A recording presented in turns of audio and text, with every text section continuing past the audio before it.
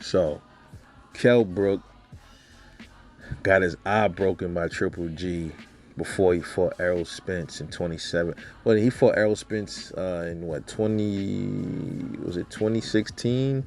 I think it was 2016, right? 16. I think it was 2017. I think that's when Errol got the IBF off of Kell Brook. Now here's the thing. Here's the thing, right? He already had a broken eye socket, and the Errol broke the other one. So the Errol Spence fanboys, they didn't look at it like Kell Brook was damaged goods. They looked at it as Errol Spence beat a good fighter, and he did. Errol Spence, Kell Brook was giving Errol some problems in that fight. Can't fuck what you say. He was giving Errol problems, but Errol ended up fucking washing him at towards the end. He got the victory. That's what it's all about. See, when a boxer wins, when he going through some shit, I don't look at what he was going through. I look at he got the win. That's what I look at. Fast forward to Terrence Crawford. Terrence Crawford's last fight was Kell Brook. A few years after Errol Spence got to him. So now when Terrence Crawford fights Kell Brook and beats Kell Brook, knocks him out 4th round. Now Kell Brook just a washed up fighter. And he was damaged goods from Errol Spence. So wait a minute, let me get this straight. So the Kell Brook that fought Terrence Crawford was damaged goods because Errol broke his eye. But the Kell Brook that fought Errol Spence wasn't damaged goods, even though Triple G broke his eye.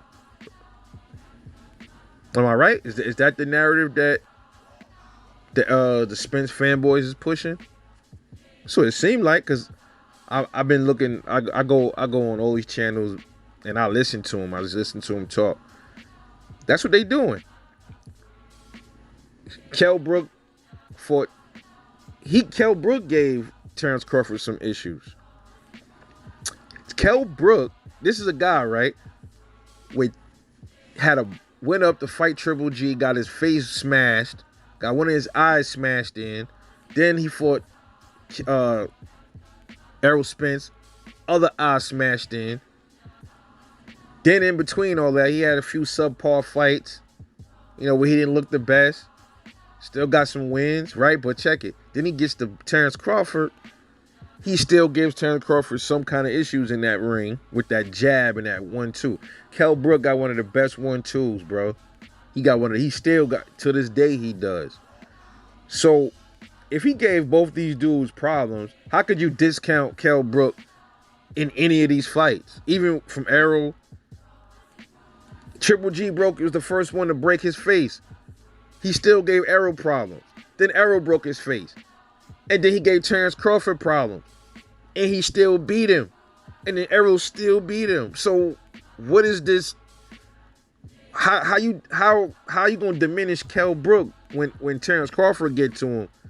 He ain't take no real damage since Errol Spence. So, make me understand this here. Well, what's this narrative we pushing where, they trying to fit that, that's crazy. They say Bud didn't fight nobody, which is a lie. I don't agree with that. He just fought lesser. Some of the comp was lesser than the comp that Errol fought. Doesn't mean he didn't fight anybody. Kavaliauskas never had a loss, I don't believe, until he fought Bud. Kell Brook was still giving motherfuckers hell. He still was one of them fighters that you can't just count out like that, even though, he bows out a lot, but in between that, he gives you a fight, man. Jose Benavidez was a good fighter.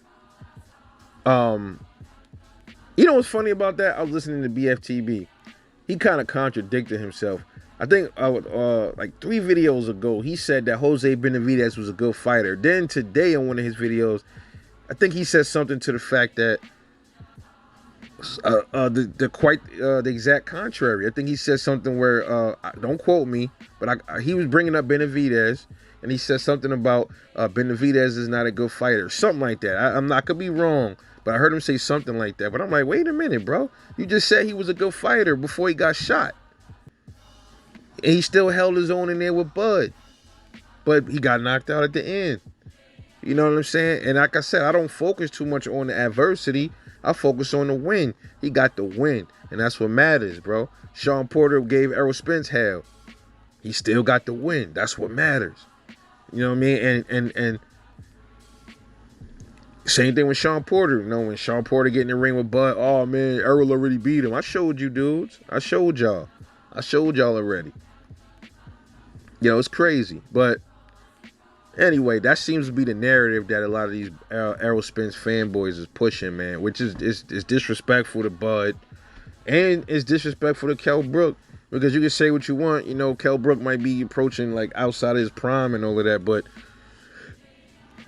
still a great fighter. He still was a great fighter. He was a champion. You know, how you gonna take away from a champion, bro? You know, now they trying to boost up Sean Porter now because he fought Errol. But before he fought Errol, he wasn't nobody though. But once Errol fought him, oh, you know, Sean Porter was a good opponent. He was. But why wasn't he a good opponent before he fought Errol? Y'all wasn't saying that before he fought Errol though. And why can't Kell Brook be a good opponent? Errol fought him. He had an injury, but he was good enough when Errol fought him, but he wasn't good enough when Bud fought him. Come on, man, it's crazy. But anyway, let me know what you think about this bullshit narrative that they pushing, man.